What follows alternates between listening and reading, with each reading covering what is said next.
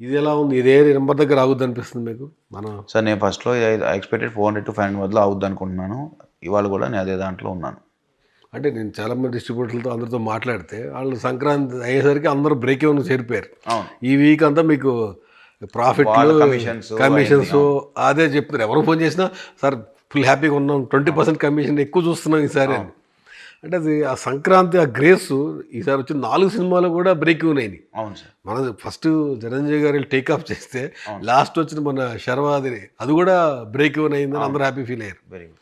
అంటే నెక్స్ట్ సంక్రాంతికి ఒక 10 సినిమాలు వస్తాయి అనిపిస్తుంది. అదే సార్ 7, 8 సినిమాలు అంటున్నారు. మరి చూడాలి.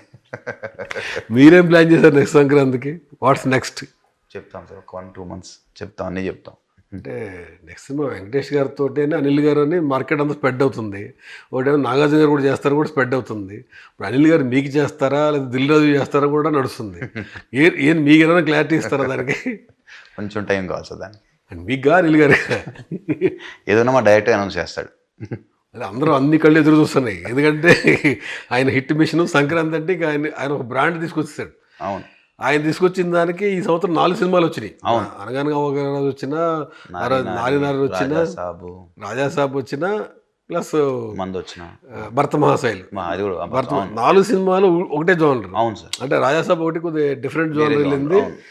నేను అనుకున్నాను సినిమా 4 సినిమాలు నడిచి అందరూ బ్రేకింగ్ అయ్యారు, నెక్స్ట్ సినిమా 8 వస్తాయి అనుకుంటున్నాను నేనైతే. 7-8 వస్తున్నాయి నేను చదువుతున్నాను. సోషల్ మీడియాలో అంటున్నారు కాబట్టి టఫ్ కాంపిటీషన్ ఉంటుంది ఈసారి. టఫ్ కాంపిటీషన్ ఉన్నా ఈయనకున్న ప్రయారిటీ ఎక్కువ ఉంటుంది ఫస్ట్. ఇప్పుడు థియేటర్ ఇచ్చే వాళ్ళు ఎగ్జిబిటర్ కానీ డిస్ట్రిబ్యూటర్ కానీ సక్సెస్ రేట్ చూస్తారు కదా. అరే సంక్రాంతి అంటే అనిల్ రావిపూడి గారు తోసుకొచ్చేస్తారు, ఏదేమో అనే కాబట్టి ఫస్ట్ ప్రయారిటీ పెడతారు. అవును. ఈ సినిమాకి ఏంటంటే చిరంజీవి గారు, వెంకటేష్ గారు ఇద్దరు కూడా చాలా అడ్వాంటేజ్ అయ్యారు. అవును.